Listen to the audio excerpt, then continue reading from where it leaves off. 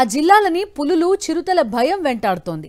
మేత కోసం పశువుల్ని కాసేందుకు అడవి మార్గం గుండా వెళ్లాలంటేనే జనం హడలిపోతున్నారు.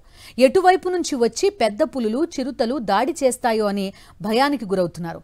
ఇక అటవీ సమీప గ్రామాల్లో అయితే పరిస్థితి మరింత దారుణంగా ఉంది.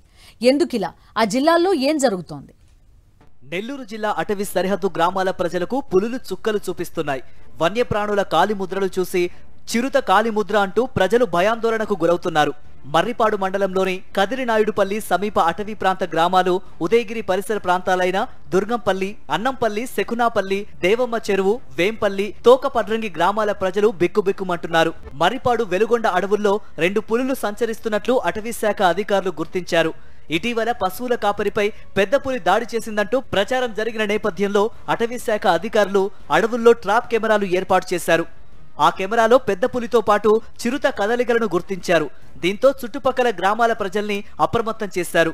అధికారుల సూచనలతో ఏం జరుగుతుందో అర్థం కాక అడవి వైపు వెళ్లలేక భయంగా కాలం వెళ్లదీస్తున్నారు. నెల్లూరు జిల్లాలో 20% అటవీ ప్రాంతాలు ఉన్నాయి. ఈ అడవుల్లో వన్యప్రాణులు ఎక్కువగా ఉన్నాయి. వైఎస్ఆర్ జిల్లాకు నెల్లూరు సరిహద్దు జిల్లాగా ఉండడంతో అప్పుడప్పుడు పులులు ఈ ప్రాంతంలోకి వస్తూ ఉంటాయి. దీంతో మర్రిపాడు, ఉదయగిరి మండల ప్రజలు భయాందోళనకు గురవుతున్నారు. అటవీ అధికారులు అవగాహన కల్పించే కార్యక్రమాలు చేస్తున్నా జనంలో భయం మాత్రం పోవడం లేదు. ఎన్నడూ లేని విధంగా మనుషులపై దాడులు చేయడం, చంపడం వంటి ఘటనలతో కంటి మీద కునుకు లేకుండా పోయిందని స్థానికులు అంటున్నారు. పులుల సంచారంపై అటవీ శాఖ అధికారులు తగిన చర్యలు చేపట్టాలని కోరుతున్నారు.